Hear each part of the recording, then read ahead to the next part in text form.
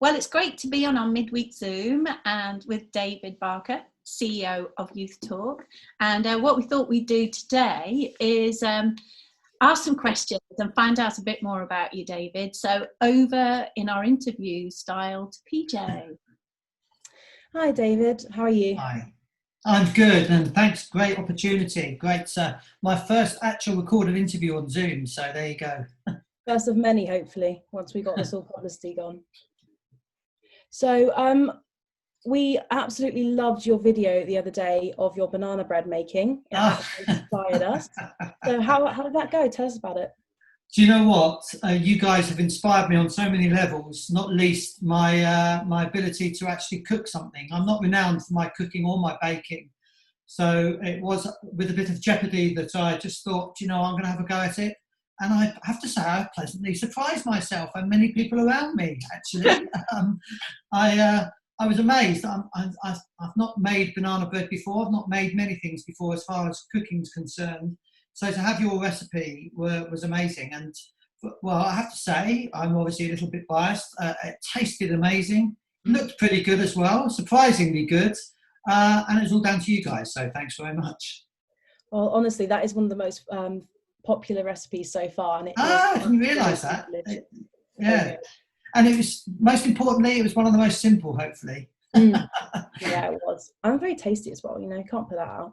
No, really good. Just got the recipe. I actually went to Morrison's, socially distanced to Morrison's, got the right ingredients, mixed a few things up as instructed, popped it in the oven, and bingo, there we go. It was great. Brilliant. So obviously we've been doing this cookbook to support YouthTalk because we just think it's an amazing charity. But can you tell us some more about it? Yes, so I joined YouthTalk last year now as I just work for YouthTalk part-time as chief executive. And I have to say it is an amazing, as you've just said, and a truly, truly amazing charity in terms of what it does locally. YouthTalk was actually founded over 20 years ago, 22, 23 years ago, by a local GP who had a number of young people on her caseload that just were really struggling with their mental health, needed some support and just weren't getting it. So she said, going to set up a charity, and good on her. That's what she did. Had a load of support from a number of equally amazing people around the community locally, and YouthTalk was born, and lo and behold, 23 years, whatever it is later, here we are. We support 13 to 25-year-olds across St Albans and district, so that's the surrounding areas, Harpenden, Wheathampstead, Redbourne, Park Street, young people who are really struggling with their mental health and emotional well-being. It's a free service, it's self-referral, so young people can refer themselves directly to us, completely confidentially without the need to go via their GP or tell their parents or tell their GP or tell their school teachers. They can just pick up the phone or go to our website and refer into the service if they feel that they could do with some support. We have a team of truly amazing, fully qualified counsellors who are experts in working with young people. And in my year that I've been there now, I've been amazed, proud, humbled, just delighted with what YouthTalk is actually able to provide, and it is really, really reliant on our amazing local community. So working with you guys, I have to say, has been brilliant, and we rely on groups like yours to raise money to support their work. Obviously, it costs money. It costs us nearly about £250,000 a year to run the service at the moment. So that is money we get from a variety of sources, and our local community is a really, really key part of that. And particularly, given the world we're currently living in with the pandemic, that is an area of fundraising that has really, really been impacted. So the work you are doing is making a tremendous difference, actually, to keeping YouthTalk running. Brilliant. And so I believe as of the 10th of June, we raised about £500. So what does that mean for YouthTalk? Where does that money, do you think that will go? Well, so absolutely every penny, every pound that is raised for YouthTalk makes a difference directly to young people in St Albans surrounding areas. So the money you've raised will help us to continue to provide sessions. It costs, with all the associated costs, nearly £100 to support a young person through a session.